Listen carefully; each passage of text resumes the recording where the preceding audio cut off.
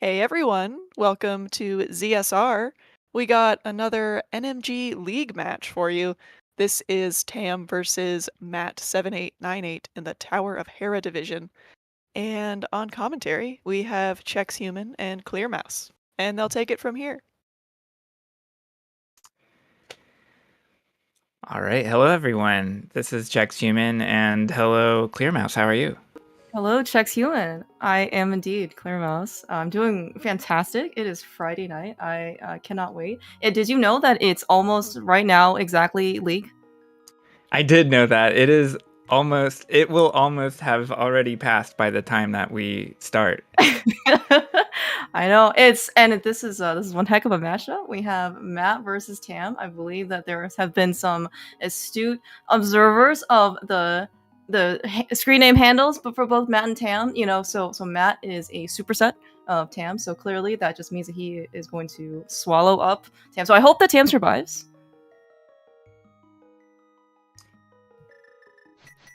I hope both of our runners will survive. It's not always easy to survive in any percent, no save and quit, no major glitches run. Yeah, this one is, and I will say, okay, so while Matt does have about a minute over Tam in terms of PBs, Matt has a recently achieved 124.48, which is actually really cool. Really got to see actually that accomplishment. Tam, does have a 125.54. Should be actually very competitive. But I was gonna say that, so Tam actually won the most recent HMG tournament. Actually, I think that wrapped up a couple weeks ago, maybe at this point. That advantage, though, that Tam has doing all those glitches, hybrid and major, unfortunately will not help Tam here. It is really unfortunate. So they're gonna have to go back to the old bread and butter, of the not glitching part.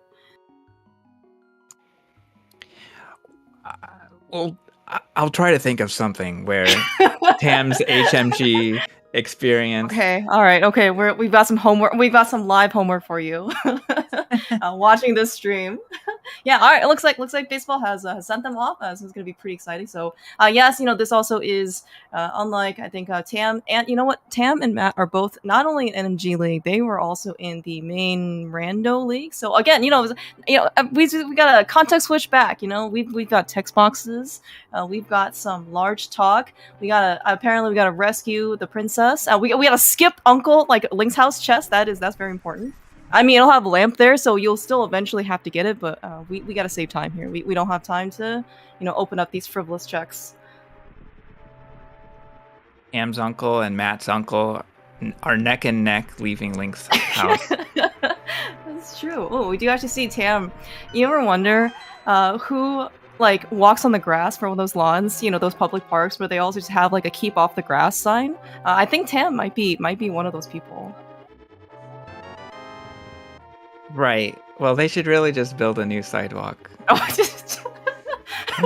where Link actually travels. That is exactly actually what happens. Actually, sometimes, like, depending on how frequent the shortcut is taken across the lawn, sometimes you actually see just that little path where it just has been naturally eroded so much that there's no more grass that grows in that area. So you kind of end up, kind of maybe seeing what the more frequently traversed route is.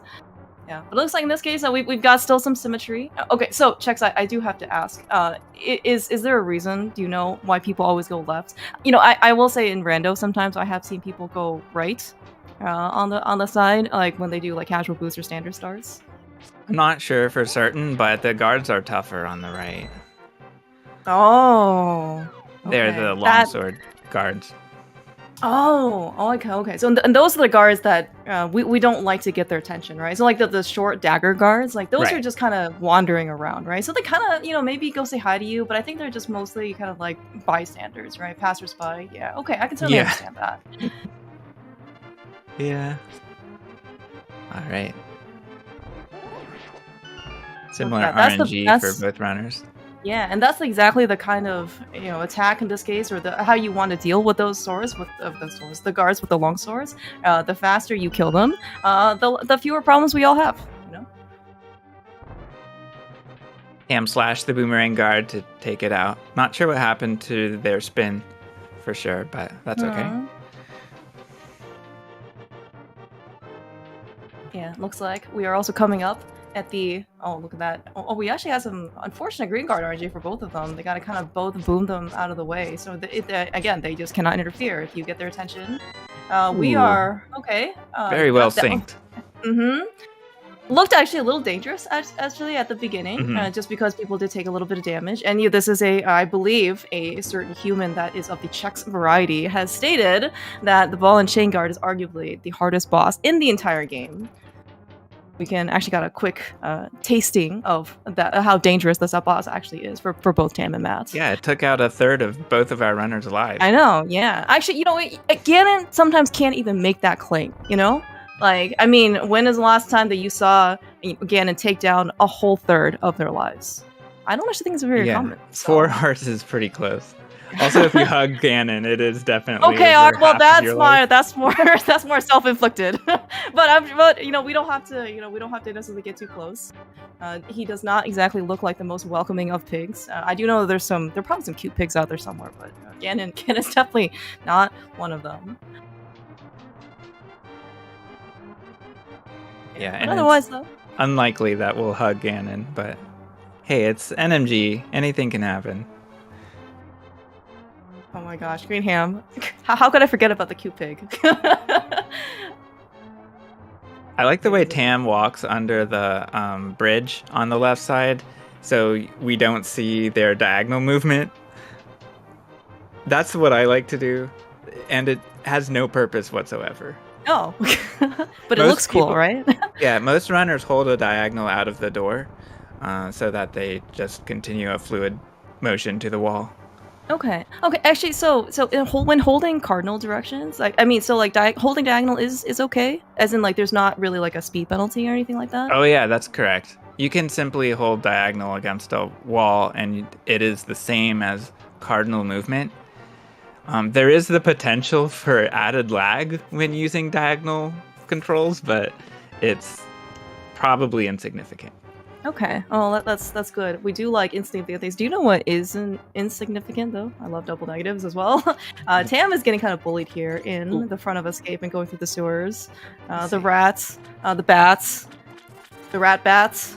I think we had some people mention about a wombat maybe as well. And this is not a friendly place for Tam. Oh, huh. The arrangement of rats for Tam was not ideal, but all right, the key rat moved itself into a place where Tam could catch it.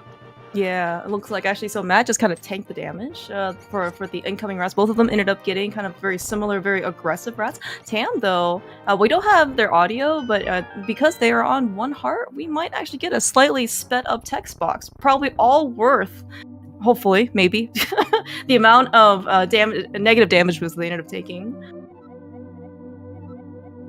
Yeah, one silver lining. Tam.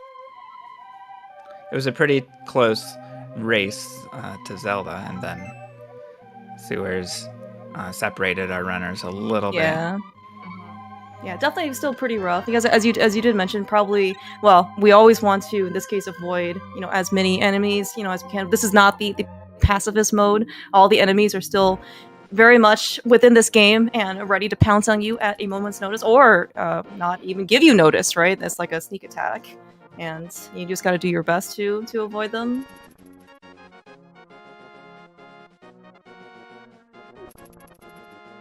Both runners ended up picking up Sandcart, which is, arguably one, of course, the most valuable safeties that you have, especially in the early game. Also, I was also pointed out that it actually can be a potential underrated safety in the end game as well. I think Corey actually mentioned that, if you get the 13th heart, that is 1 more than a multiple of 4. So you can actually take 1 more hit, let's say in Turtle Rock, that you may otherwise have not been able to.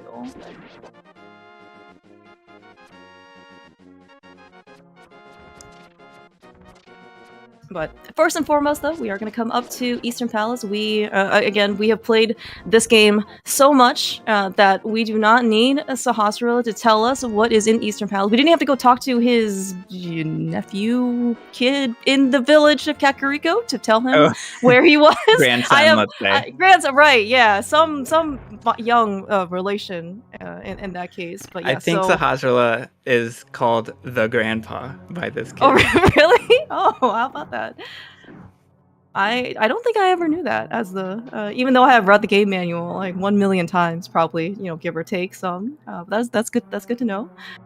Yeah, so we actually need to only talk to Sahasrahla after Eastern Palace because he's just gonna go tell us to go get the Green Pendant, which is here on the Armos Knights, and then he has a very cool and fast item waiting for us. But until then, we actually got to go through Eastern Palace with still just the basic of equipment, but we're gonna go pick up our well, arguably one of the best weapons in the entire game, which is gonna be the bow.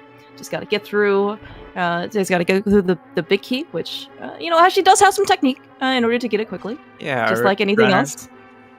Our runners will take intentional damage, so another advantage to having Sank Heart here is our hearts are refilled and we have an additional leeway. Oh, right. That's actually a very good point. Right. Yeah. It's again, like Sanctuary Heart is actually, yes, as we kind of saw, everyone is on full heart, and especially I think for Tam, would have been actually a very welcome refill. Right. We did get the extra frames or the speed up from the heart beeps, but you know, as you mentioned, survivability now is going to be key once we dropped off Zelda. So. They haven't gotten hit yet, which is still good, but you know, again, we want to, as Matt just kind of demonstrated, and Tam probably soon to be here, we do want to take some intentional damage in order to hit the switch, use our iframes to hit, and so we don't have to, in this case, disperse the anti-fairies, which, again, if you've ever tried, it is not a time that you would consider worth spending. Because, you know, and more importantly, of course, we don't have the boots, so you really don't want to increase the amount of time before you go get the boots. I agree with this. Let's keep it to 11 minutes. Yeah. Matt and Tam is certainly... That's right, Matt. I do like the upper bound for how long we have to go without boots. I prefer to go to Eastern before Escape. Yeah. Oh, actually... Man, that would be great. Unfortunately, you know, it's all raining outside, and I heard that there are a bunch of guards that, even with longer swords, that do not get distracted, that will basically just keep you from, you know, going anywhere else in the world. That is correct.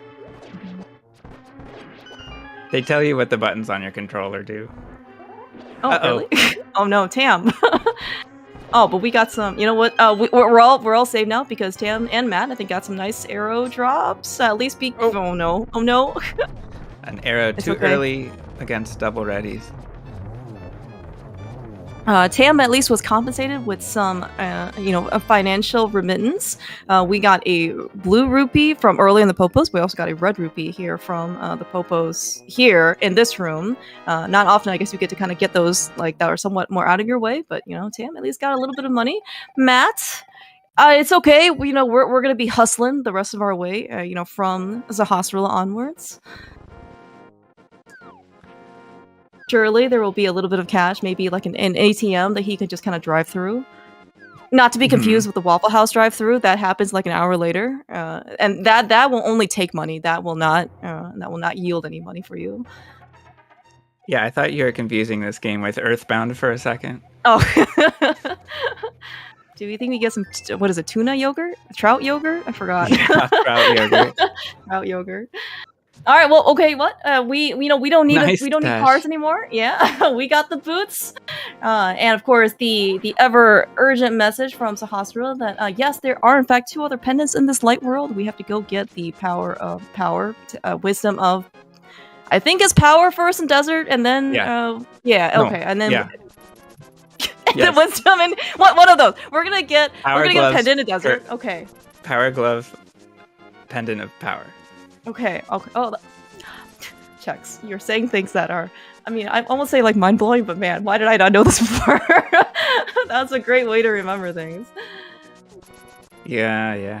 The game just like throws all the power words at you when you're in this part of the casual playthrough. Yes, yeah. When it rains, it powers. Okay, that's a really bad pun. I'm just nobody react to that. We're here, by the way. So Matt did take advantage of the boots. It looks like Tam actually took a slightly different route to get into the library. Oh, Matt. Ooh, actually, interesting look. He is retrying spin speed. Okay, giving up after the second time. Forget that. That spin speed is not worth it. Let's just go. Yeah. Matt didn't have the optimal dash route either, but he made the correct choice in just getting out. Yeah. So I think it was told to me that thing, at least for the unfortunate bonk there for Tam, for at least for the most part for spin speeds, I think maybe with one exception on the one like going up Death Mountain, if you can always try it, and if you fail, just go dash. Like it's not worth for you to retry again. Yeah.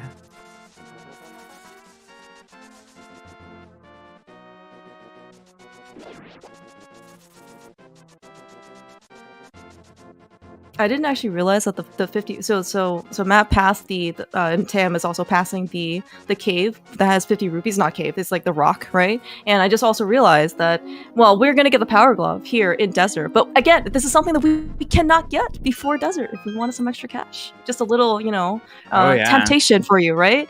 Just like Eastern, right? You're seeing all these long hallways. Like, man, I really wish I had the boots. I mean, you always wish you had the boots, but you can always use them, and now you've got the boots. You can actually really kind of demonstrate their power. Yeah, we need to tell Tam and Matt this. This is this is a new route. Forget I don't know. Saha rupees? Yeah, forget true rupees. We don't need Saha, we don't, he has earned quite the long life, scrimped and saved all that little extra cash, for himself. That's just probably his retirement fund. We cannot in good conscience take it from him, right? However, like the I don't know what the thief's called, he's just kind of there chilling, right? And those rupees just come straight back, it's like as if he never even, had them or saw them to begin with, right? So, no harm, no foul. That's one of the many amazing things where one of the sequels to the original Legend of Zelda is just a lot kinder to you. Oh, yeah. All right, I see that Matt is still incredibly poor. I guess we haven't gotten to at least some of the other popos, or at least some. Circle of Pots rupee. Yeah. We're at 6 now. Okay. Yes. So we do need. Ideally, we would get 4 more somewhere. Well, actually, so we can get the. I don't know. Okay. Yeah. I think he's still okay, right? Yeah. Once we have 4 rupees, we can manage. Basically. Yeah. We just want every rupee. Yeah, every rupee that is only on our way.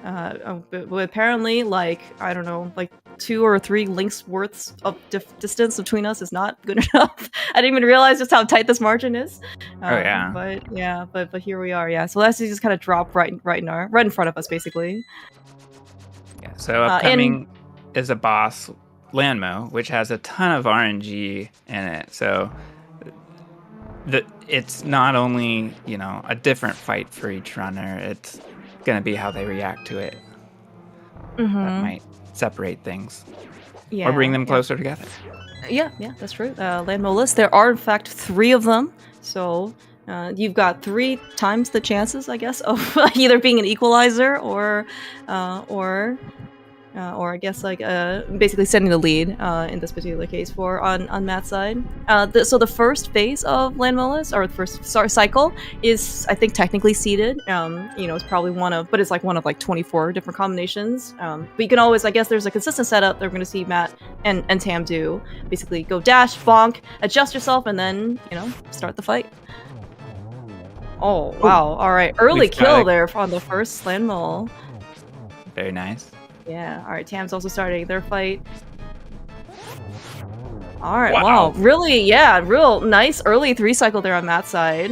Well read for and keeping track basically how many hits there are. Tam! Oh, knocked it out. Really, it looks like a mid 3 cycle, I think. Looks great. I think so. Yeah.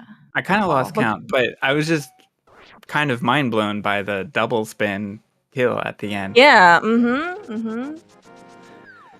Although, I don't think we get swaggier than Tam's Boomerang. Honestly, I think that just gives them extra style points. Matt shows how important it is to count the damage on Landmo, because a spin or a slash or a poke, they all do half the damage of a of an arrow. So Matt had to know there's only one slash left on each one. Yeah, and the fact that he did a spin, I mean, maybe he was fully planning it, or maybe he was just kind of winging it. But the fact is that at least if you spin, maybe you can actually try and get like more of the recoil or something from the spin. You know, and you move differently, right? Versus when you slash. And you know, the fact that they were kind of so close together, maybe just give them the extra spot. Holy frick, Tam! Wow. All right, okay, we made it. We made it. That was a really terrible spawn point for the Zora, but Tam, fearless as always. It was a fast and controlled swim. Very well done on Tam's side. Tam beat the Zora for sure. Mm-hmm. Yeah, the consequences of you, well, not necessarily not beating the Zora, but if you ended up getting some interference, is extremely painful. I mean, it's always going to be painful when you have a time loss, but I mean, this case, I think the only exception in this case for the no save and quit category is that if you do get hit in the fake flipper state, you are allowed to save and quit and start over at Link's house. Corey brings up a very excellent point. Tam has at least one swim emote, right? So yeah, I mean, like, I think that is just, you know, Tam basically showing off their skills. All right, how's the spin speed coming? Matt ended up getting a little bit of one hit from the boulder. Should be okay. Tam, oh my god. Yes, this place. I know. I hope everybody has their lucky. Man, what do people even have in Canada and Australia as like lucky charms? Like, do you think a wombat's foot is good luck? You think a beaver's foot is good luck in Canada? You just have hope in this case the RNG is favorable to them. Yeah, I think you're correct. Maybe we can ask them. The hit that Matt took wasn't that bad. It cancels his spin at least.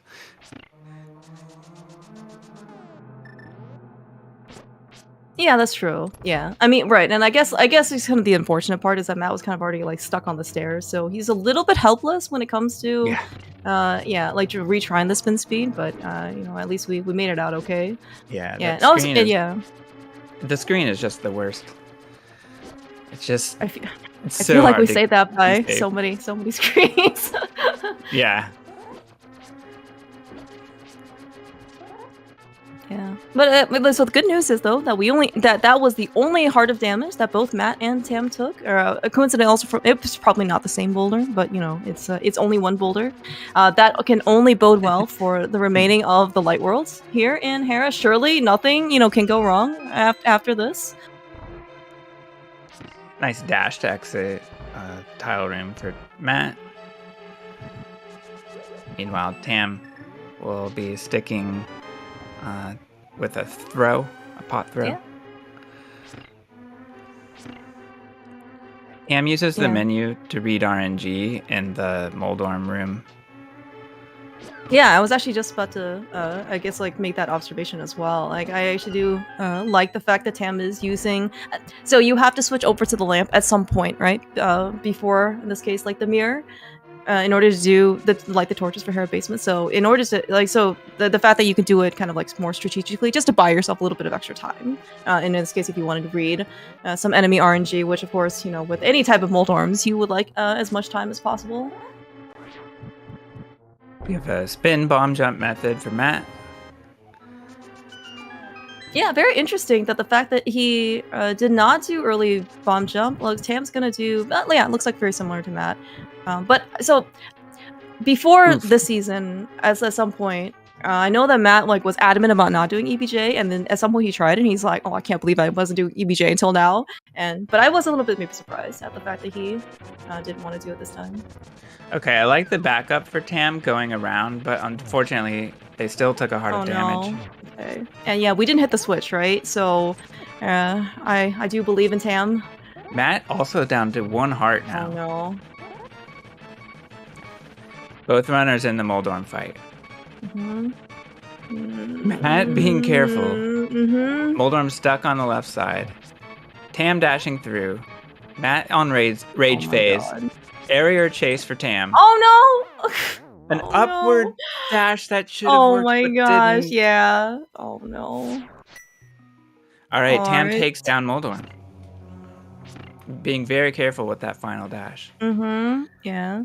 Yeah, you talk about RNG as well. Like for Moldorm, it's very very erratic in this case for this final boss of the Light World. I mean, like Moldorm is he is the Light World gatekeeper for many people. Sometimes you just can't even get to the Dark World, where it's like that's where like the comfy blankets come in. But yeah, but thankfully Tam was not bullied hard enough. They persevered, and now Tam can go to the Dark World a little bit faster. Yeah. All right. That was really unfortunate Matt though for returning. Moldorm.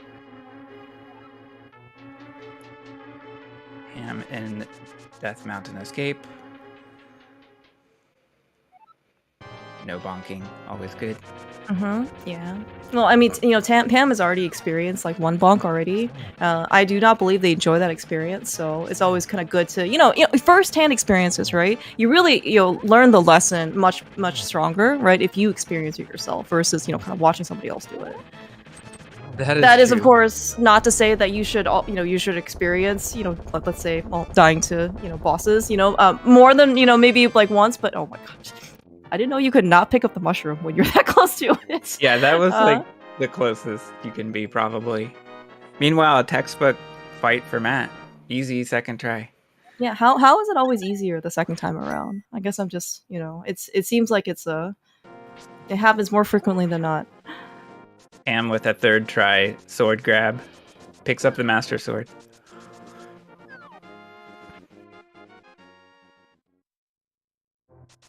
Yeah, that is our reward for defeating Moldorm and being able to go to the Dark World. That Master Sword is our actual ticket.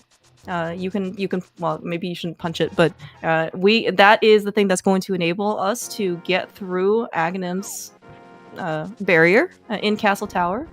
The cape is nowhere to be found, so that is our literal only way in order to get it. Okay, Matt loses the arrow drop from the bird, but that's okay because he has 16. 16. So so contrary to okay, looks like Tam managed to get hit before they do the tree drop. Oh, I didn't see where Tam's damage was. Huh. I really thought for I thought Katy Perry the squirrel. Oh, okay. Got it. All right, thank you. Because I'm like, I swear, like they looked pretty normal when they pulled pedestal, and so like I don't remember when they took damage because they took damage between getting the blue rupees and the red rupees from the tree pull. That is inconsistent with the red rupee showing up in the tree. So glad that we got that resolved.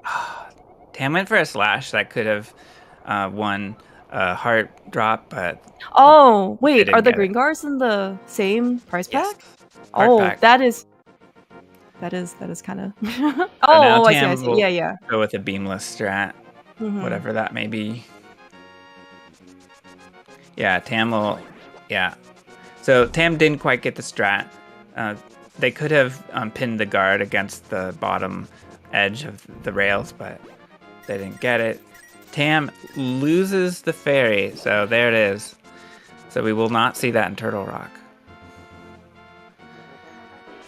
Yeah, another reason we want beams.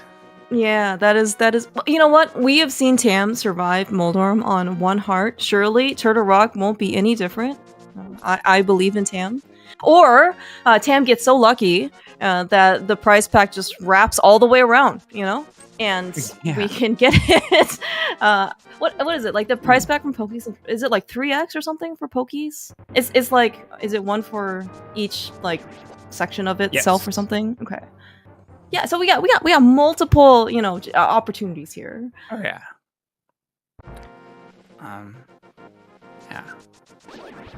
Okay, so we got beams on Tam's side. I didn't see who dropped that, but Tam knows that their beams will alert the guards, so they're working with that. There's the beam strat from Matt. Yeah, and there's the dash kill on Matt's side, so dash kills for sure do not advance prize pack, so that's the whole reason why. I mean, beams in this case makes it significantly easier in order to be able to do that, because one beam plus one dash through is 3 hits, or whatever, 3 damage. All right, we got the only important chess turn of the entire game on Matt's side. Not the only one, of course, but that is one that I think Matt always tries to go for, and it's actually useful, other than saving like the one frame, is that if you have the light cone face right, then you can actually maybe get a peek at the guard RNG. These emotes are so great.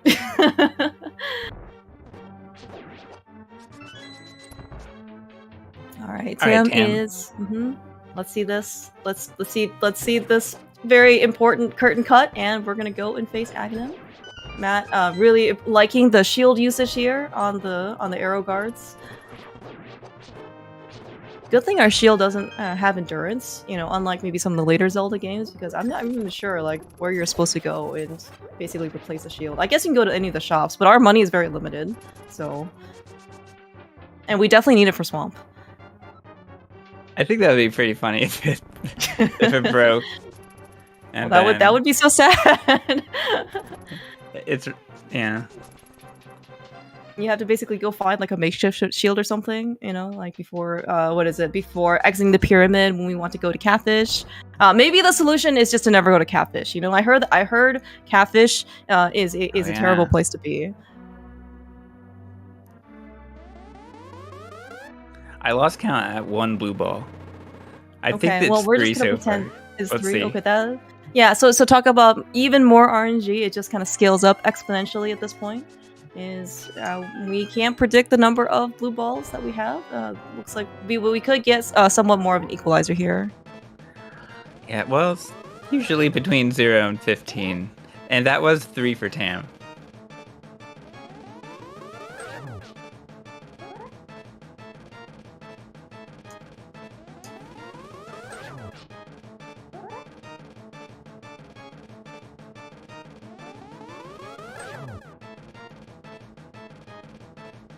First phase is good for Matt. No blue balls.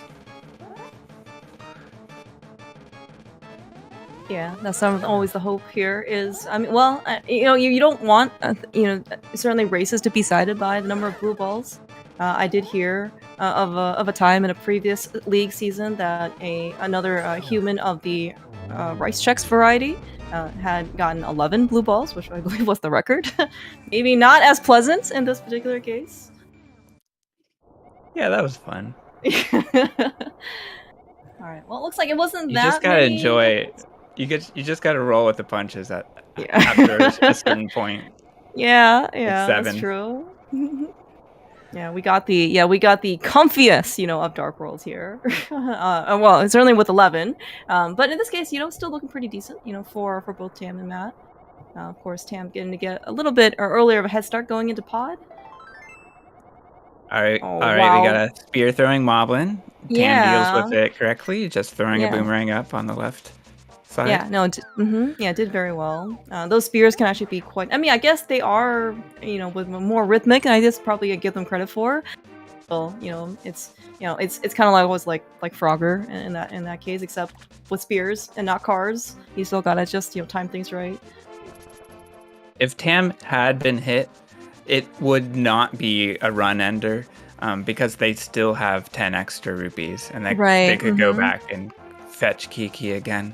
But in other situations, that could be devastating. Oh yeah, I mean, and that's, you know, maybe, you know, that was maybe like a blessing, you know, in disguise, right? Very early on, you know, missing the red Igor in Eastern Palace, it definitely afforded Tam to go a little bit out of their way in order to go pick up, let's say, like an arrow pot, you know, or in this case, a red rupee just, you know, magically appeared in front of them. Yeah, so Tam is all set on rupees. I mean, both of our runners are. They're both now into Palace of Darkness. Mm-hmm.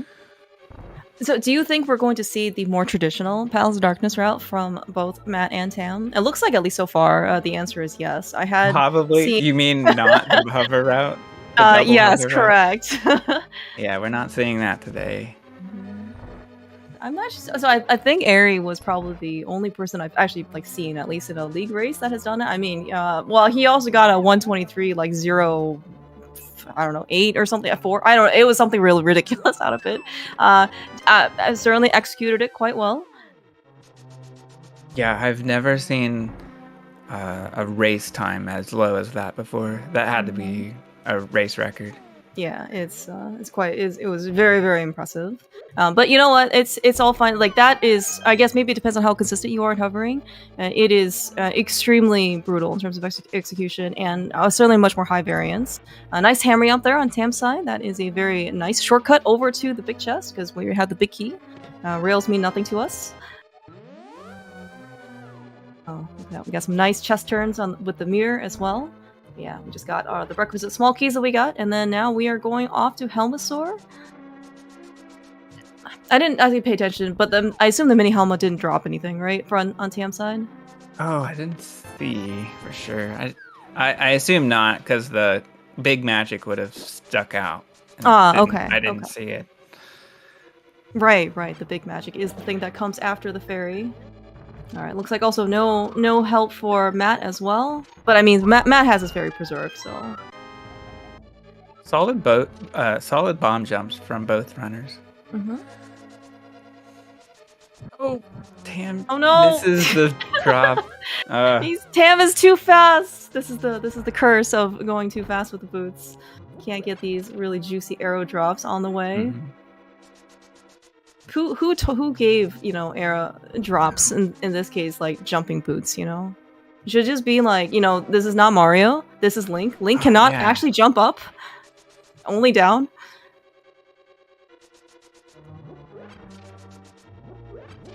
Can we get a hack with Rock's Feather from Link's Awakening and hack that into a ROM for our next League season? All right. Well, if Fox is listening, all right, the submission, the suggestion has been submitted.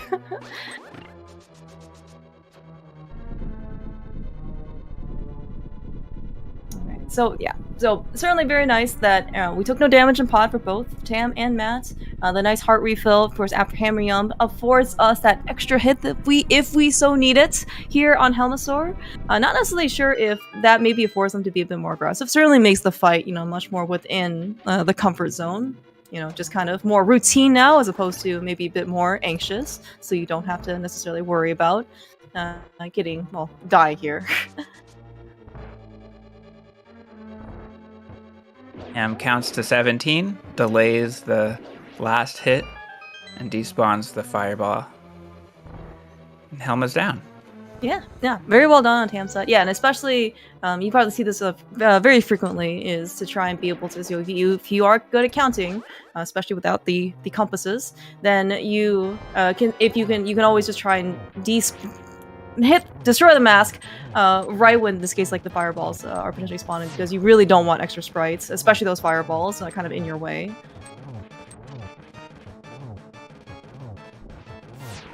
Unfortunately, well, Matt just made me eat my words, because it's like, I don't care, I can show you how to kill Helma with with fireballs on the screen. Very, very well done, Matt.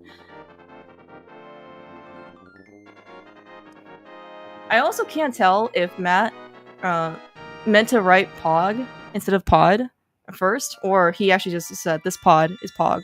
But I believe it's maybe both. We have a gold dungeon from Matt. Yeah, it was very well done, for sure.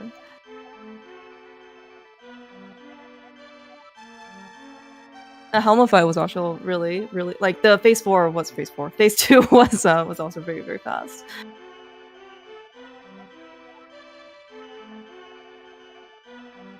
All right, but Tam also continuing their streak of good luck. We did not get lottoed. This is not the good kind of lottery. We do not need any more money. This is the bad kind of lottery. In that, if you've ever seen what the Hunger Games, or actually read the book called The Lottery, it is not something that you want to win. Let's in this case hope that Matt gets the same similar luck with these Ropas, and that we do not get hits.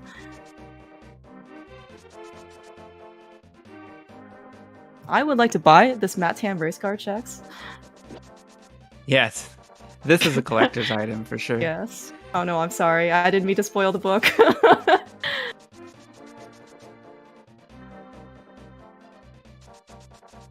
Alright, right. Looks like though Matt and Tam very unscathed going into Thieves Town and getting our book. I keep looking away at the exact wrong times. I was hoping in this case is catch if Tam got the quick warp. I don't think we necessarily mentioned quick warps before, but whenever you in this case mirror from the dark world to the light world, there are certain locations where you just mirror, like the animation is just 34 frames faster. That's it. So it's like half a second. Right, just for free. So if you can stand on the right location, you get to save half a second for free. And they're like, how many warps in the whole game? Like 10, 11, something like that. Yeah, lots. So, yeah. You can save minutes basically if you can get all the quick warps. So hours. You can. Yes, that's right. I mean, over time, after multiple playthroughs. That's right. You are technically correct, Chex. That is the best kind of correct. You have never specified how many runs it would take in this case to save hours of time, but I guarantee you, if you run this game long enough, that will be a true statement. Oh boy. We get a walking strat and a hammer for Tam. Yeah, no, that's great. Again, you talked about strategic usage of the menu in order to switch out to items. So Tam knows that they have to switch over to the hammer, because this is where we're going. This is our only portal available to us to get into the dark world. And, that was very well handled on Tam's part.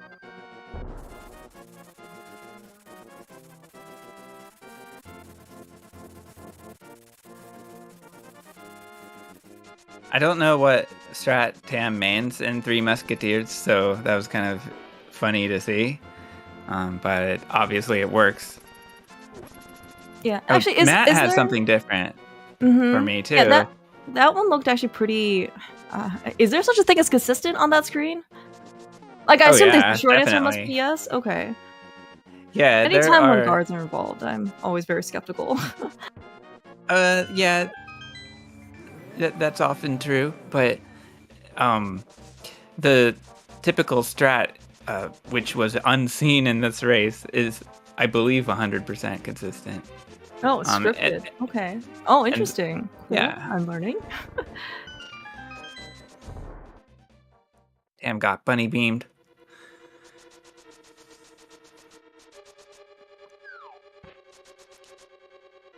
Nobody likes getting bunny beamed in Thieves Town. Well, nobody really likes getting bunny beamed, to begin with. This is already after Halloween as well. We don't need any more costumes. We are already in the midst of celebrating Christmas, okay? And yes, I did see a Christmas advertisement already. It is not even Thanksgiving yet, and I'm actually very upset. I made the mistake of going into a department store. Oh no! Oh no! For this race. That's basically like going into Thieves Town and getting bunny beamed. All right, like that is just so like, man, this is not what you want to start out your Friday night with. Yeah, I was slowed down on my way home as well through Thieves Town. Yeah, well, it's also kind of laggy too.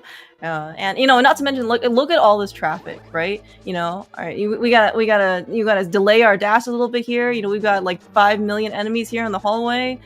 Matt has to readjust a couple times. I mean, so gets through unscathed, good which is great. adjustment.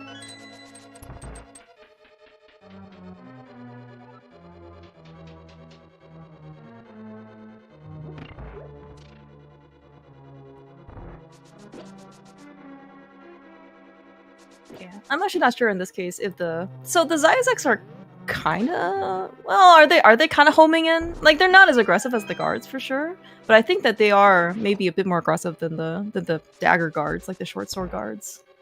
I guess I'm just trying to see in this case if how actually, yeah, like how consistent that room the first time, like the first Isaac room is. When you have to, in this case, like the one that Matt's going through here, because they can certainly move, right? And Matt's actually using, looks like we got some a strategic menu switching here as well. We're gonna try and read the RNG. Yeah, it's pretty helpful to read the RNG in that room. All right, 2 slashes for Tam to delay, and a slight movement and then dash. Works out. Yeah. Again, like all of these rooms, by the way, that like Matt and Tam is certainly very accomplished runners. You know, we've got a 125 versus a 124. I mean, basically 1 minute apart. So certainly expect quite strong execution. Every room that they do just looks very easy. Lots of things can go wrong on that conveyor belt for Thieves Town, especially when there are bars involved and you can't kill them. But nobody gets electrocuted, nobody gets a recoil, nobody has to fall down and then, wait for the slow camera angle, etc. So... Alright, good fight for Tam. I did hear that this is probably the most famous scripted fight. Not only, of course, there's also a boss fight. And of course, blind is also in the upper left corner, so that's certainly going to be quite the nice ending location. You had a good fight there. And Matt has beams, so Matt has the possibility of ending the fight sooner if the beams are well used. Oh, wow. Yeah. There we go. Mm-hmm. Not even in the sunlight, that's like every person who's interested in not going outside's dream.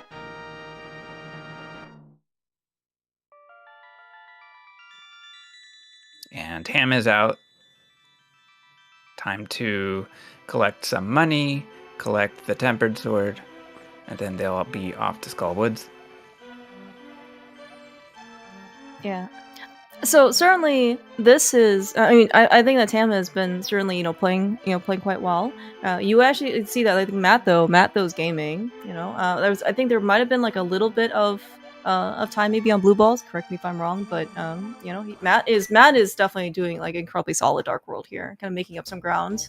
Oh yeah. From the Light World loss. This is why Dark World is always better.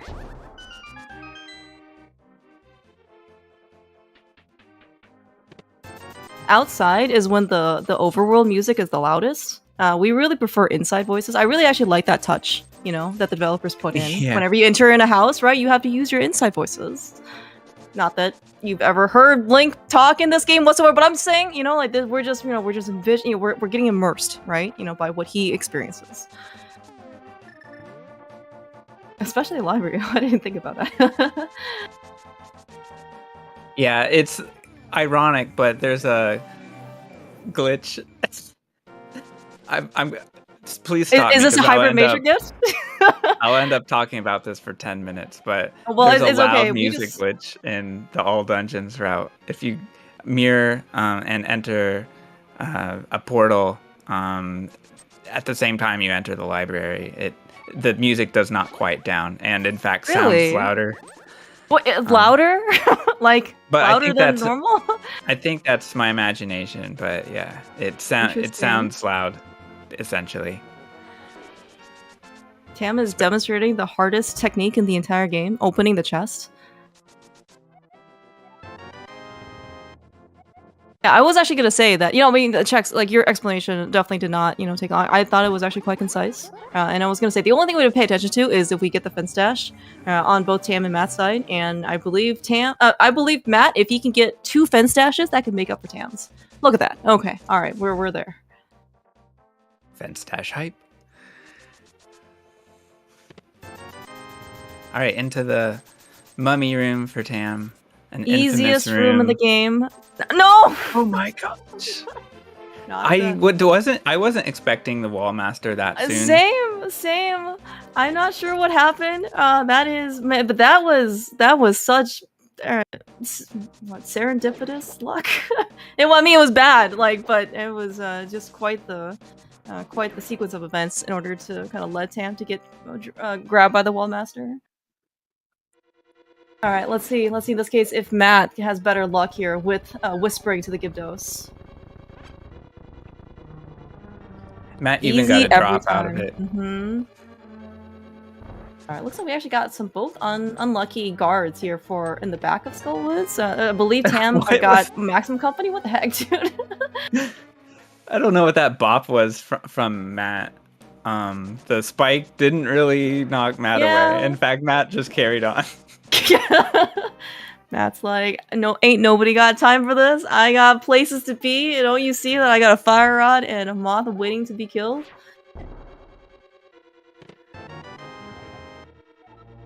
So on Tam's side, we're going into Mothula. Yeah, okay. I mean, it's decent health, right? I mean, you can always never have enough health for Mothula. Right. But we are, if you can just kill Mothula fast enough, just like anything else, it won't give you any issues. Oh, Tam runs my into gosh. Jenny, the fire snake. That fire snake has a name too? Checks. When did all these names happen? Ask Duck about that one. Ask Duck. Well, is this a recent one? I don't actually remember. I don't think I remembered it from previous seasons. Jenny from the block. I see.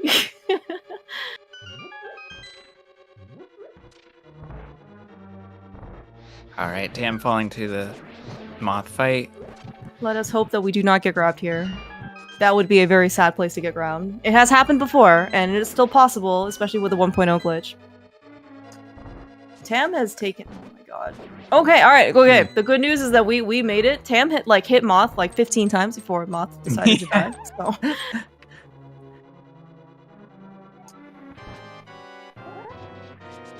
Yeah. Really, I mean, like, all things, after the first 10 hits, Tam was certainly able to take down Mothula. Oh my god, Matt. What? Wow, talk about being aggressive. I mean, I don't know if...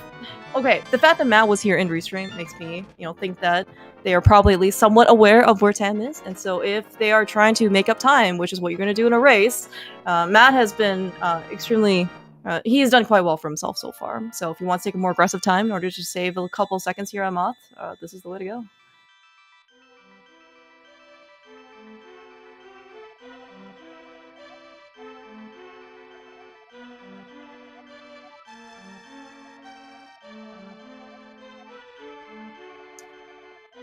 Meanwhile, we see in past Matt a quick fish.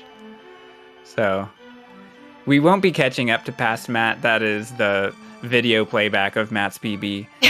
But, it does give me a preview of what's next. And that is a very long overworld before Ice Palace.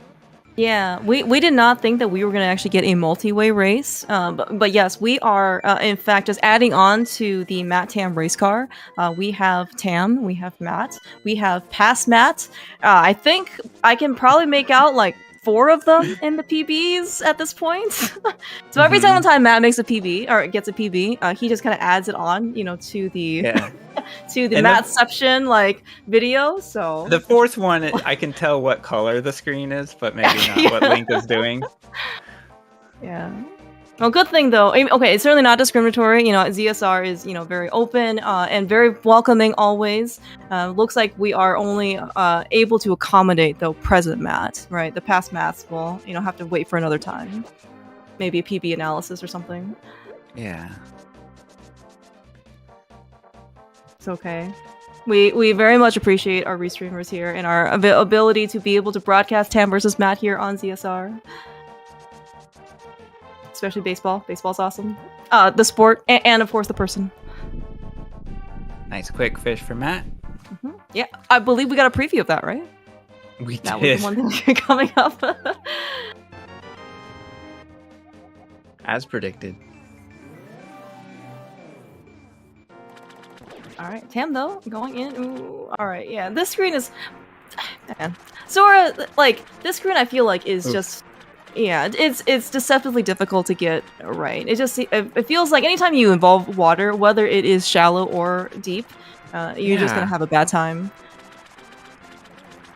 Yeah, with the shallow water, it's tough to know where the boundary is between shallow and deep water. So... even walking is unclear. When you're swimming, of course, the calculation of your acceleration and momentum is very strange. That's hard to optimize. Yeah, we actually kind of see there. I guess Tam actually ended up getting stopped or something, right? Early. I don't know if it didn't look like they purposely canceled their dash, but yeah, as you mentioned, like some of the boundaries here between shallow and deep water is just sometimes very difficult to tell. I mean, it's certainly after you jump down, there are going to be instances where I think it looks like you might be running on deep water, but it is actually still considered shallow, so.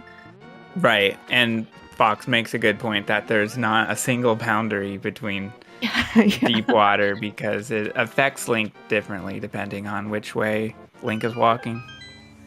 Game is so complicated. I don't understand. Okay, but we're here in Ice Palace, which is the frozen kind of water, and well, I'm actually not sure if that's actually better or worse than not just like the water in its liquid form. Ice physics can actually be pretty tricky. The boots and sword certainly do help a bunch. You can kind of, sort of maneuver your way through.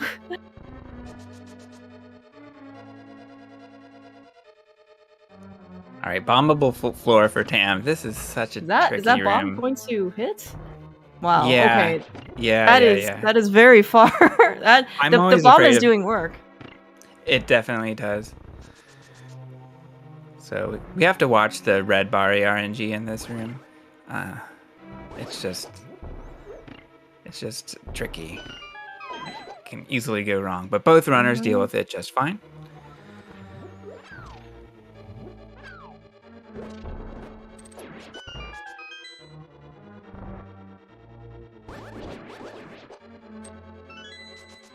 Nice juke for Matt, just sneaking beyond the shadows.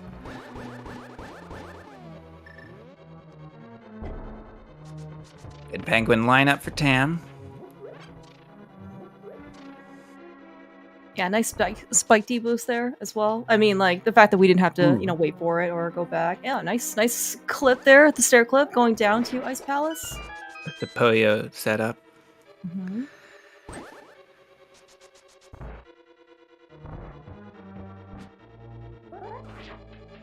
Look at Tam and Matt going. Ooh, Matt actually ended up getting on the other side of the stairs. Not, of course, the end of the world.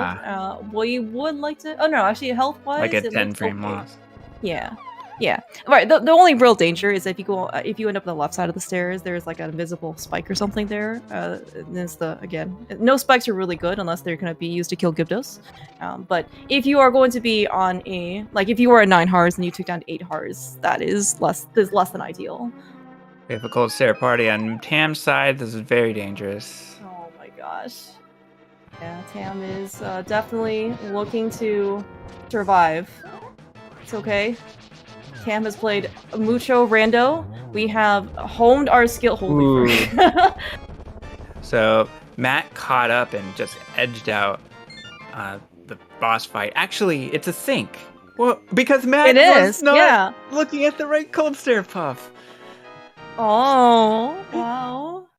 So Matt ran over to the heart, and it synced there, drops for the crystal.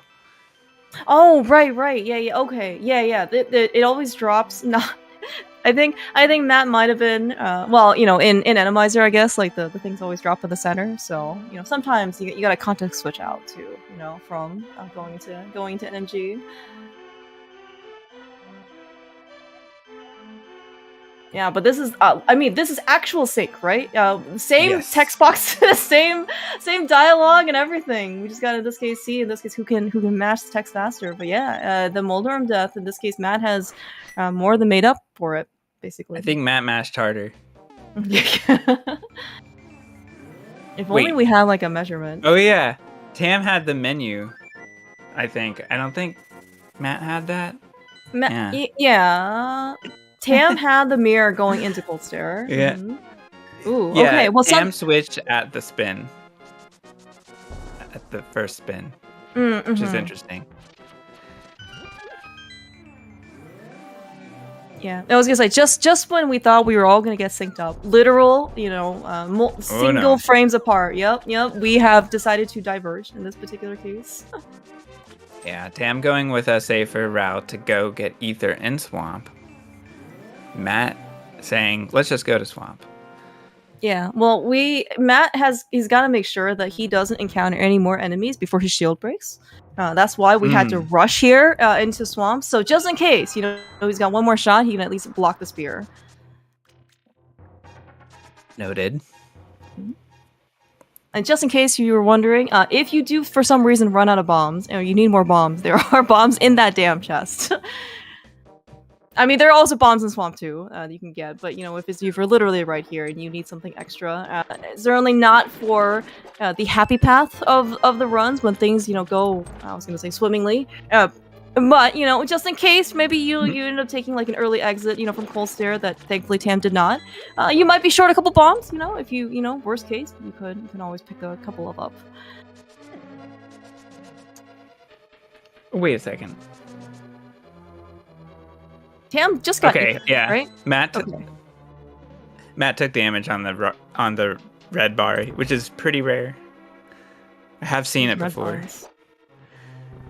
Well, just like most things in this game, it seems like the red version is always like the more like the souped up version. I mean, granted, like it's just like the color difference for Baris and that they split. The red ones split after you hit them once, but still, I always wonder, you know, like there's the red Bari Mafia, right? Do the blue ones just like kind of like, are they just like lone wolves or something? I have to imagine. Mm-hmm. Meanwhile, Matt now has max hearts again. Both runners took a heart of damage. There's always an opportunity to get back to max hearts. Not that we need beams too much. Mm-hmm. Oh, that hopping stealthos. That was good. Actually, so I mean, you were talking about beams, like so, like do beams actually help in this dungeon? Like maybe outside of like the initial entrance room. They help if you get the RNG from a Bari that is shocking. Then you can slash it out of the way. Okay, gotcha. Right. Okay, how could I forget the cardinal of when you see Baris and you have sword beams? That is like that's arguably your best weapon against them, because you can always fire them from afar.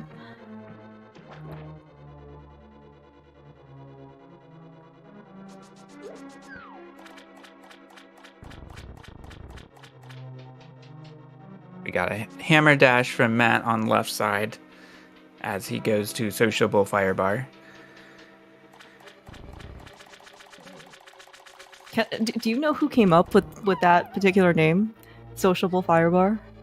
Not that one in particular. A lot of them were Pinkus. Okay. And I don't know. Some names were put in just as he developed the practice hack. Yeah, I was actually gonna ask about that too. So there are some actually like really creative names, you know, or like some really like whimsical names in the Brack hack. So I mean, I was gonna say like Room of Sadness and Castle Tower, for example. I mean, it's like it's okay. It's not maybe like the happiest run, but you know, you've got Sociable Fireball. Yeah, and then you see maybe some more. I would say engineering esque type of ones, as in like you hear the name and it's literally like the exact description of like what it is, right? So like Torches 1, you know, it's like the first Torches room, Torches 2, the second Torches room. You know, it's just like so I'm actually kind of curious in this case who kind of ended up developing these.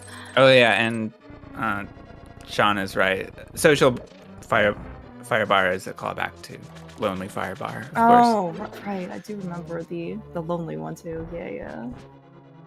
Okay, I like how these are all connected. Yeah, exactly. And Matt did not have beams for that Bari, although it was shocking, so he just slashed twice.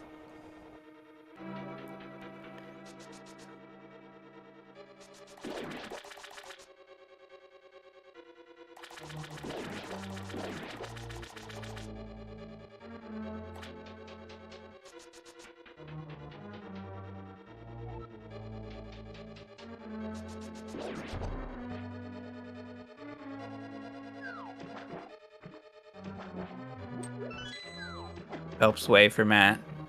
Our runners always seem to take a hit here.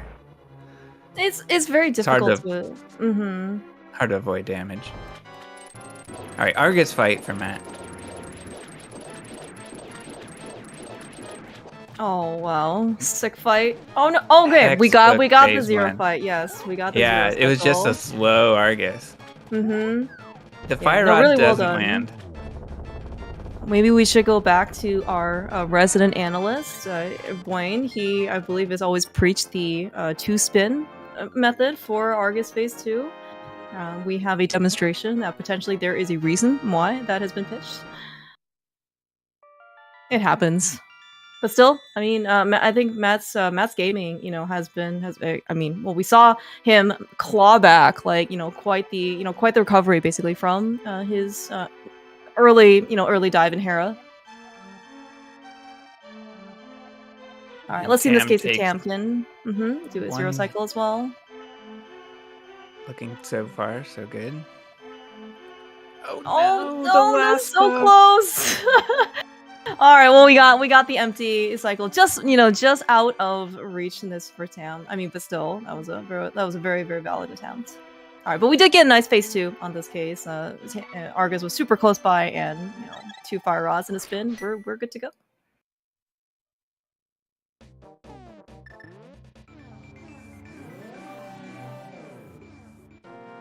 Matt, nice quick warp there on, yeah. I'm not actually sure if there's like a setup for that. We also do run towards the bird. We can simply watch Link's shield. There are various cues to use. Okay. Okay. That's good to know then. And there's a menu buffer we can use there too. Oh right. Yeah. In this case, we especially if we use Fire Rod like Matt did, because then Matt will need to menu to mirror.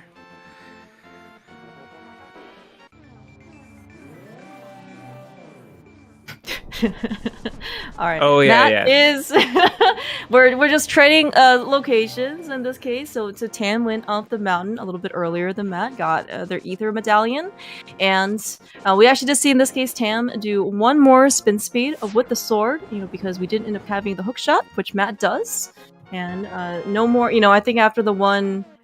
For like Smiths or something, right? That was Matt. Probably did a little celebration. Basically saying that was the last quick warp that they needed to do for the rest of the game. Or sorry, the spin speed. Yeah, Matt is getting Ice Rod now. Right. Matt I think always does these things together. Yeah, okay. And here we go. The reason for Ice Rod right after Ether, we can have a chance at getting a heart refill. So Matt has full hearts once again. I miss where that first heart of damage was from, but it was on Death Mountain. Yeah, of course.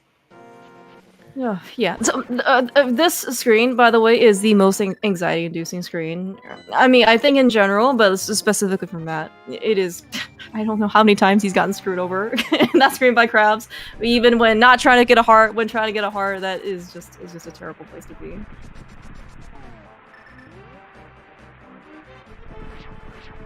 Alright, Tam though, nice Mire too.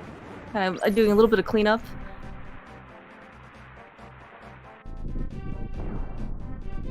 But yeah, so of course Tam is the first one into Mire, but so keep in mind though that Tam still does not have the Ice Rod. So long as they go get it, presumably they're gonna get basically this, the Ice Rod after Mire.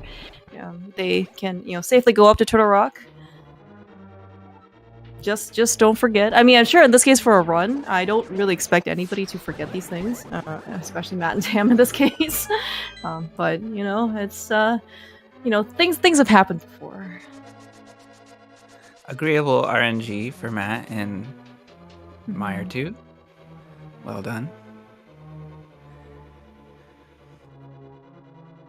Tam just avoiding the red bar to begin with. We do in this case have the fire rod equipped. Always good to see, because so one nice thing about is you don't want to slash your sword and try to deal with the baris. Just burn them. We are okay. It is getting to be a little bit colder, right? We need some heat sources. The baris won't mind. It's just basically just matching their outerwear. We get a slug for Matt. There we go. All right. That room was a party. Re-bomb for Matt. Has Matt gotten 2 bomb drops now? Like, didn't he get one? Where did he get the first one? Maybe an ice?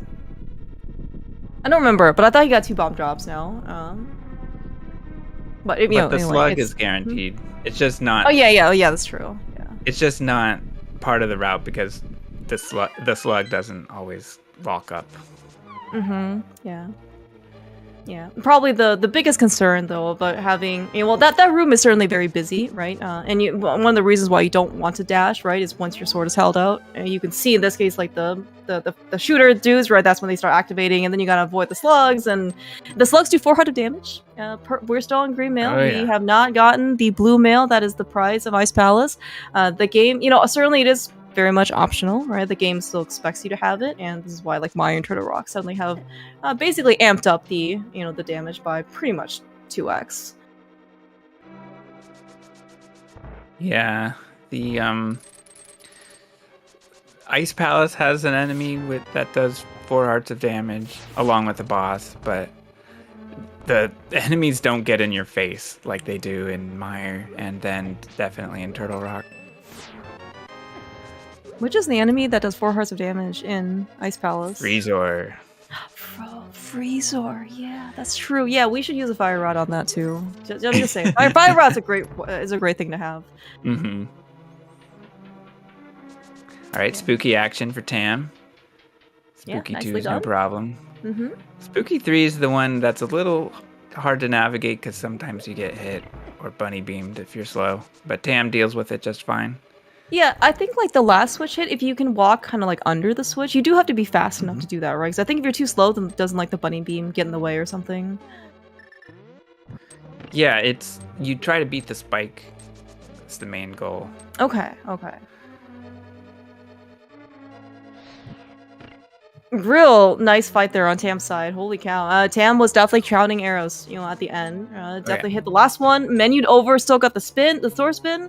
That was very well done.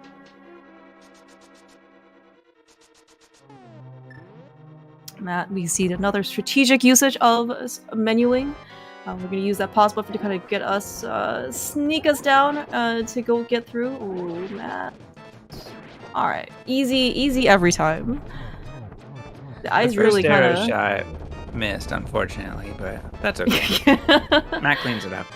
Yeah, Matt cleans it up even with sword slashes too. I know that some people like to use the bow in order to kind of take off some like the some of the lingering eyeballs, but no, Matt. Both well done fights on both sides. So right, one of the things, of course, we don't want to try and use in Mire is more health than we're able to afford. Both runners going in pretty comfortable health amount, so they get damage boost basically off the slime.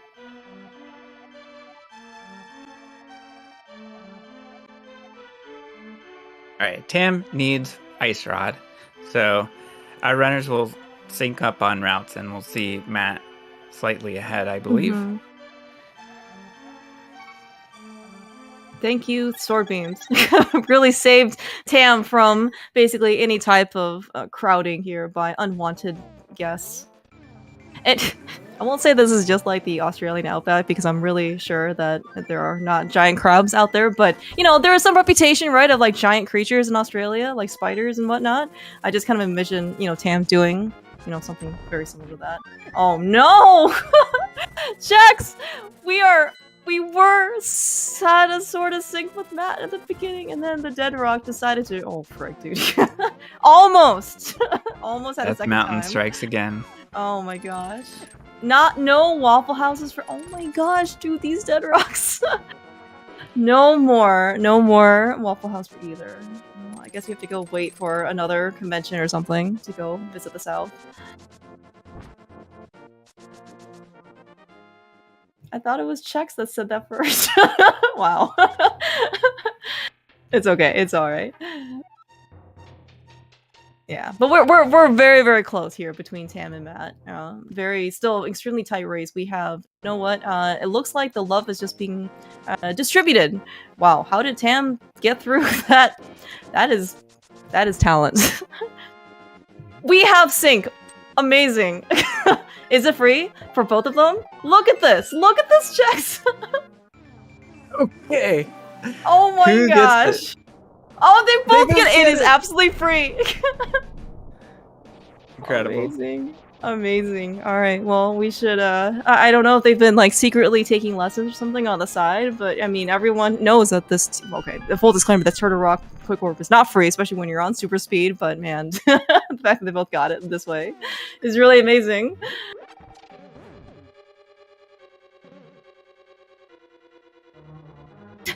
Usually by this Thank point you. in the race, it's not so close. Yeah. But Especially wow. after like a Hera, especially after like one person takes an early death too, or even late death for that matter. All right, look at that. We got the same menus and everything. Like this is some sync. Looks like Tam is gonna wait a little bit longer to get off. All right, so Matt pulls ahead. Probably 1 to 2 second difference. Tam takes a. Oh, never mind. Tam does not take a bop. But we are still gonna damage boost out for Tam here. Yeah. Yeah. So Wayne has reminded us that Tam does not have an immediate fairy readily, I guess, like available that Matt does. But then again, Pokies drop many things. We can get some favorable drop RNG on Tam's side, or Matt can get some unfavorable drop RNG on his side. We drop literally nothing on the first Pokie. Both runners go left at chomps and works out fine. Nice. Yeah, very well done to use the iframes from the blocks. Because, again, as you did mention, many things in Turtle Rock do 4 hearts of damage. We did see that the rollers do 3 hearts of damage on Tam's side as a demonstration, an intentional damage boost. But everything else that we did not want to see, for example, demonstrated was the hits from Chomps. Ooh, Tam skips the arrows. Will be interesting to see. Oh, Tam doesn't really need them for anything. Did Matt skip them too? Or did Matt already had arrows? Matt picked them up. Matt needed them. There's fairies for... Wow, Tam.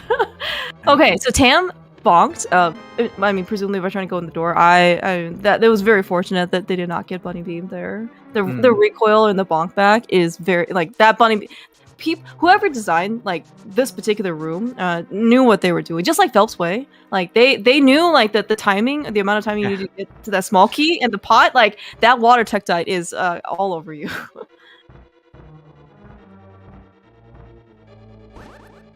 It's just so unfair that you can't slash them. All right, double pokey room for Matt. Matt gets a slash on the left one. Damn! Unfortunately. Okay. All right, Tam's recovering now. I think, what was it, a stray Pokeball?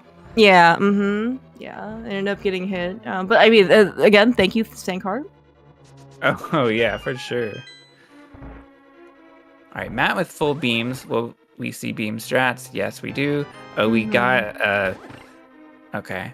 So Matt needs to take a hit since... Okay, here we go. Nice bonk for Tam, barely making it. I am impressed. Tam is. I mean, this is when your instincts your gaming instincts gotta just kick in. Yeah, Matt missed the chest, which led to him taking a bop from the spike roller, but that's okay. Tam now down to 1 heart, taking that firebar hit. This is fraught with peril. I agree, Wayne. We believe in Tam. Tam has survived in much harsher conditions than this. Nice fast laser skip for Matt. Yeah, but we certainly do see Tam, a nice laser skip there on Tam's side as well, using Samaria in order to try and knock out the red beetle. I mean, we actually see Tam is doing, still very well, but we just see like a very, difference of style, like in that, right? Like when you are on literally like 1 hit to go, you play basically a bit more cautiously. We can actually see some of the caution really basically costing, well, in this case, manifesting itself here in Tam's roll run. Very, very impressive though, Tam, to be able to do this, because you're probably shaking at this point. Alright, looks like it to be a textbook fight on Trinex for Matt.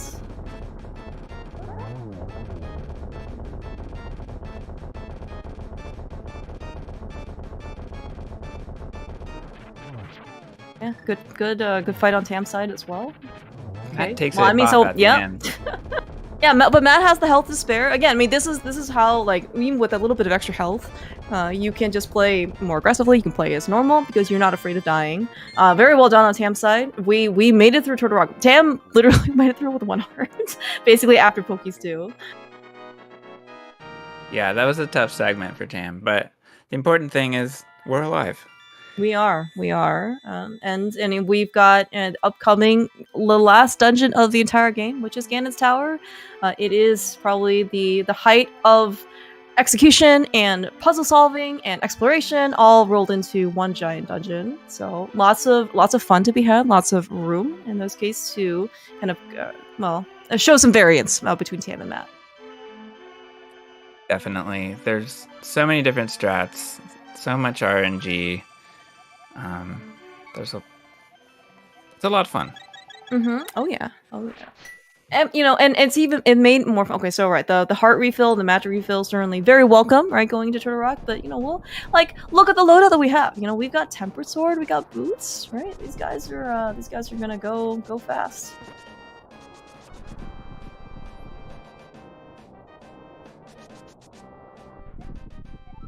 Yeah, we have 14 hearts instead of 5 hearts as we do in any percent RMG, where we climb Ganon's tower with 5 hearts. 5 hearts? What kind of sword do you have in any percent RMG? Tempered Sword.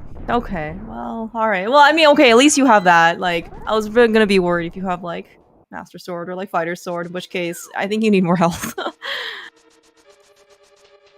Sadly, we don't climb Ganon's tower anymore in that category. Oh, really? But we used to. 4%. Oh no. All right. Okay. So we started now at GT. So we do know where we're gonna go all the way on left side to go to Ice Armor. So we do see actually that Tam and Matt are gonna skip the torch key. We got a free sec. We can't spare any seconds. We're just gonna get the one up top. Oh, Tam gets a really annoying skeleton. Is he gonna do it? Yes. Oh, no! Almost. The drop. But the swag boon at the end. All right, was it worth it? It takes 4 boomerang kills. Yes, 4 boomerang hits to kill the Stalfos. That's true. Yeah, we also have a nice demonstration that, in fact, so there are actually multiple enemies that you actually cannot stun with the boomerang. In fact, you actually can kill them with it. I mean, so skeletons are one of them. The skull bushes are another. So just in case you were wondering, if you want to try and boomerang them to try to get them out of your way, that is not an option. Stalfos Knights is another one. That's right. Oh yeah, that's true.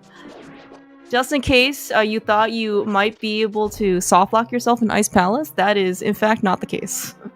It would just be an extremely slow fight, but it is still possible to. Yeah, I forgot how many hits it is. Something like 32. That's that's absurd, because every single time they get hit, right, they kind of go down and they're like, bones like fast. Pile animation. Yeah.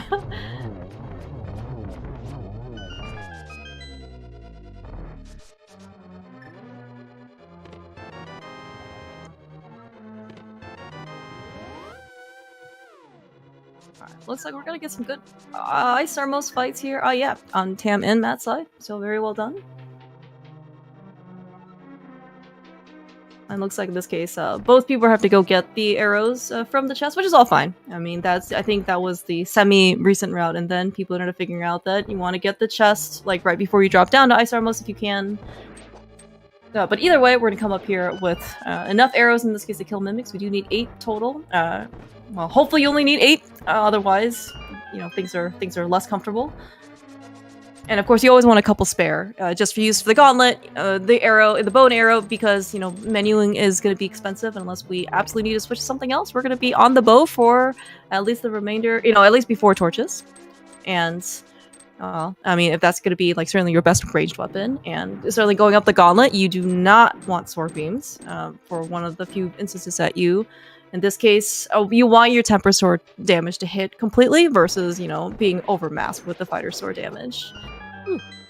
Matt gets Stalfos and Zazik going down, so it uses 2 arrows. He's down to 1 arrow left. Now we have nice. Yeah, nice pot throw there on Matt's side. I didn't actually think it was gonna hit, but he knows better. So. Ooh, yeah. The snipe didn't work out. Didn't land. So. Matt chases a Zazik and G3. Yeah, suddenly one room. I'm only 1 room behind. Yeah.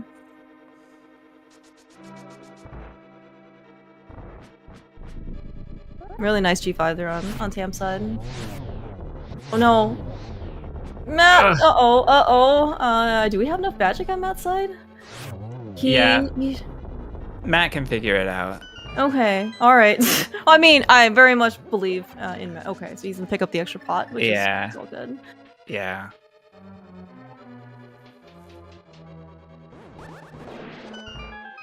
Yeah, one of the dangers, of course, using the fire rod is that, well, I mean, it certainly takes down Lambos faster, but we do need a little bit of extra magic to come up here in order to use Samaria, take down Wiz Ropes.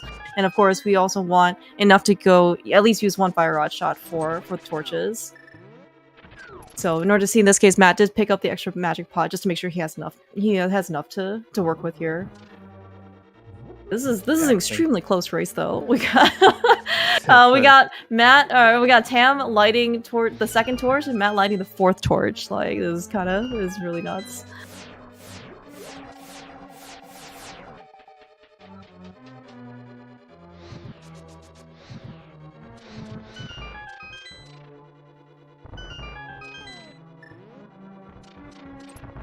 Matt also, and presumably Tam as well, is going to skip out on the mini Helmasaur. This is Matt's last bomb. Glad that it worked. Ooh, we got a little spike party. It's okay. Yeah, Matt didn't throw the bomb the way he wanted to, so was careful in the end. Mm-hmm. All right. Wow. All right. I think that was a really nice. It was. Tam got through that room like quite unexpected. Well, I mean, it was not necessarily like the same way that Matt did, but it was very well. It was very well read. Yeah, controlled. And oh no, Tam misses the chest. So, but Tam's right behind. Mm-hmm.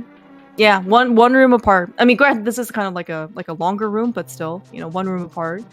We actually are coming up with an Aghanim fight. The patterns are not going to be the same. I mean, I guess technically they still could be the same, but it will be extremely unlikely.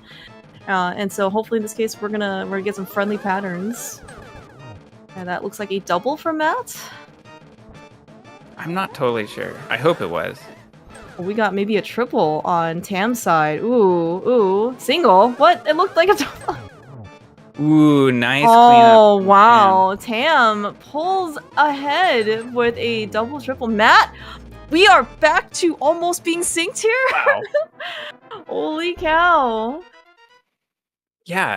Tam played the Aga 2 very well. Like for the pattern, especially for the first cycle. I mean, Tam basically knew exactly where to stand and hit them. All right, let's see in this case if we can maybe time on.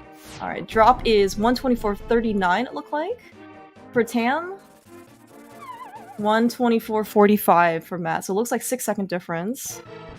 That can be basically done in phase 4. All right, and then okay. Oh yeah. Tam's dropping down. We're gonna hopefully get both the 1-1 on Tam and Matt's side. Is this a good pattern? I assume it is. So far so good. Yeah, looks great to me so far. Yeah, 1-1 for both runners. Everything's fine. Matt, don't panic. Everything's fine. I agree, it's all fine. Okay. I mean, so thankfully he got hit when the floor hasn't been fallen yet, so he could not have gotten knocked off. That's the most important part. Matt is getting a little worse RNG. Tam gets a blue Ganon. Are we spinning here? That seems a little... Oh no, Tam! No! Yeah, it was so close! Unfortunately, Tam can't catch up from that position with Lamp, and we'll be doing no torch glitch. So Matt is ahead at this point. That was so close. Yeah, I mean, so with torch glitch, you kind of see that, well, certainly the right torch won't go out for Matt, as it will for Tam. And the fact that Tam has to go light the right torch does not afford them the time in order to get in that third spin, per cycle. It is such a heartbreaker. It was just such terrible situation.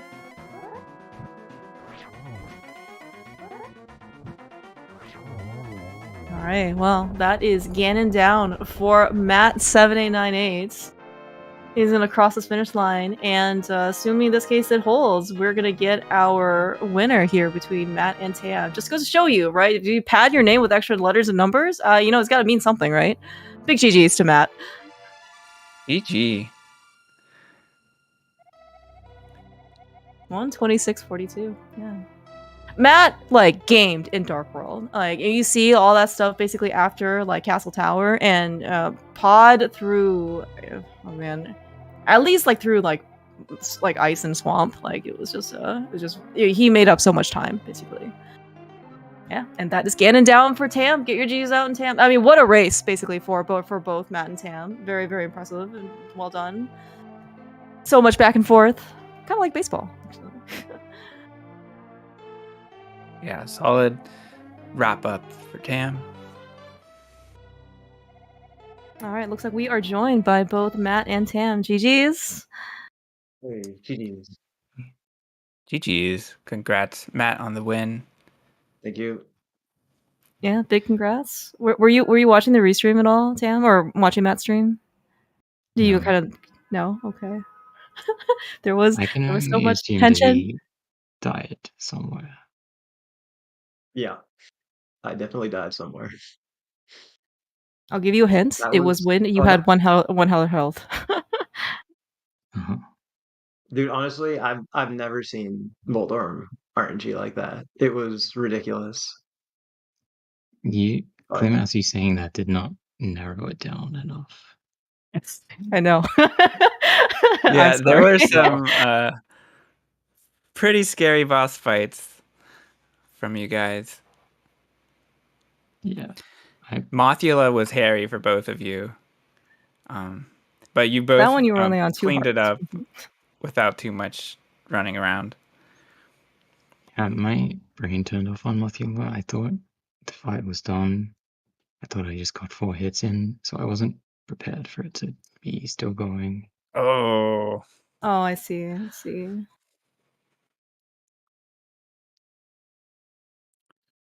Yeah, Yeah. that was it was quite the race. I mean, so I think you guys were both pretty well synced up.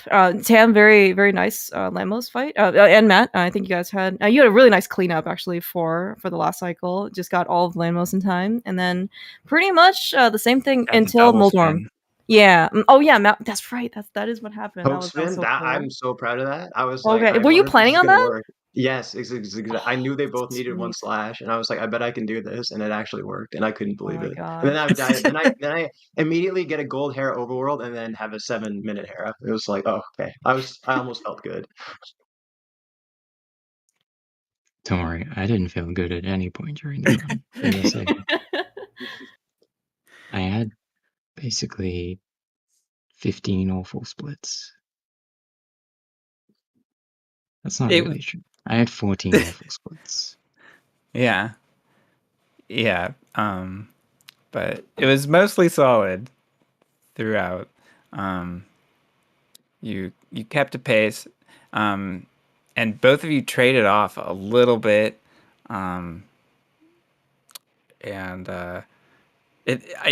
Who was ahead in Ganon's tower? Was it mostly I Matt? think Matt got there first. And then Yeah. Tam pulled off a 2-cycle Aga 2, right? Yeah, that's right. I Yeah, didn't they were. deserve Yep. that at all, by the way. Yeah, So I don't know how Tam got much to time- Ganon first. The RNG was also good in your favor, but you didn't pull off the torch glitch, and it looked like you were going for a blue Ganon spin, but did you change your mind on that, or how did that No. work out? No, I just was playing badly, like the rest of the run. Fair. I don't know If- how much time missing torch glitch misses, but I am guessing it's more than the difference in the. Well, I mean, I did the torch glitchless fight very slowly, so I can only assume that I was ahead. Yeah, that You was were the ahead case. by 6 seconds. Dropping it again in. Yeah. But you know, your strats are, they're advanced, and so you took the risk in dealing with that phase. So Lamp torch glitch is very advanced. it's just your positioning was wasn't gonna work for the lamp. So that's okay. You'll get him next time. I mean, I kind of went for the blue spin because I just thought I had lost the race like 2 minutes ago, so I didn't care at all. Yeah, yeah.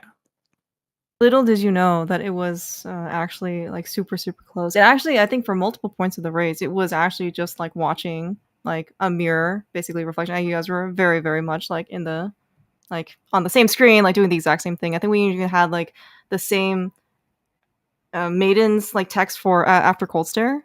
Like it was the same dialogue. And Oh everything. yeah, that was crazy because I thought that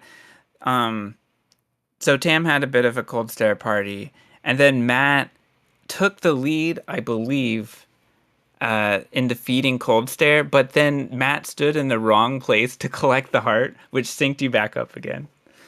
It was annoying. That was the gold ice too, and it would have been a much better gold if I had stayed in the right place. But I didn't know. I thought I saw that guy get killed last. It would have been a 6-11 maybe if I had not done that. It's I sad. also think I was on gold ice pace, but I don't know how much time I lost on cold stare. I had a good ice. Yeah, Brahmin mentions the other thing I was gonna say, which was the sync entering Turtle Rock, and Oh, that both was of you amazing. got the free quick warp going in, so I that was incredible. I have some words for that Turtle Rock overworld. I Yeah, was like totally set to dash past the dead rock, and then the other one decided I wasn't. right. Yeah. I was trying to figure out how your hybrid major glitches experience could work out in this race, so I'll credit that to your ability to sneak past a dead rock. Well, like I was pretty sure that if I hit the top guy, that I could just dash past. So I wasn't thinking at all about the other guy. Like I don't think you can dash past him a lot. I don't know. I thought I was fine, but I wasn't. Yeah, Matt had to reflute, I believe. Yeah. I got straight up dead rocked. And like I thought I was kind of watching the stream. Like I checked in after pod and then after ice. And then I was like, oh, I'm just like a tiny bit ahead. And then I got dead rock and I was like, oh, I'm behind. I'm actually glad I didn't see Tam's Ega 2 fight because if I had, I would have been much more aggressive on Ganon. Because I thought I had like enough of a buffer not to go for that top double spin or the cape spin. Yeah, but I did not. Oh, yeah. Because I was like, how safe can I play it on Ganon? And I was like, oh, if I get less, 2 warps or less, I'll like maybe use the lamp or something. And then I got 4 warps, maybe. I'm not sure how many. And then I was like, okay, I got to be like somewhat aggressive.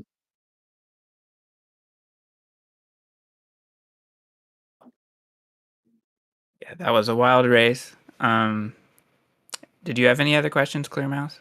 No, I think I'm all set for tonight. I mean, yeah, thank you guys both for racing. It was a ton of fun, lots of back and forth. I mean, so very exciting. So thank you guys so much for racing this. Yeah, thank you for the commentary. GG's again, Tam. It was an adventure. Yeah, thanks for racing it. A lot of fun to watch. Yeah, I'll throw it back to ZSR. Thanks all for watching. Yeah. Thanks, Chex, for commentating. All right. Hi.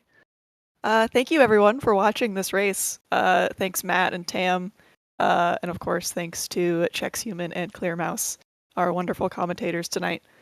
That's going to do it for this one. We got a lot more League coming up. Lots of matches tomorrow.